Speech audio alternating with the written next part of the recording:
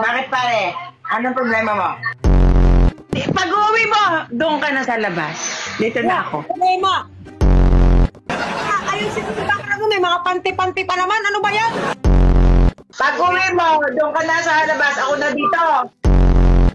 Pare, ano ba ang buhay? How's your day without me? It's okay. Okay. Yeah. I'm very happy.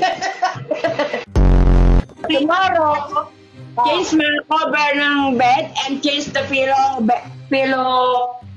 case. You move there. Yeah.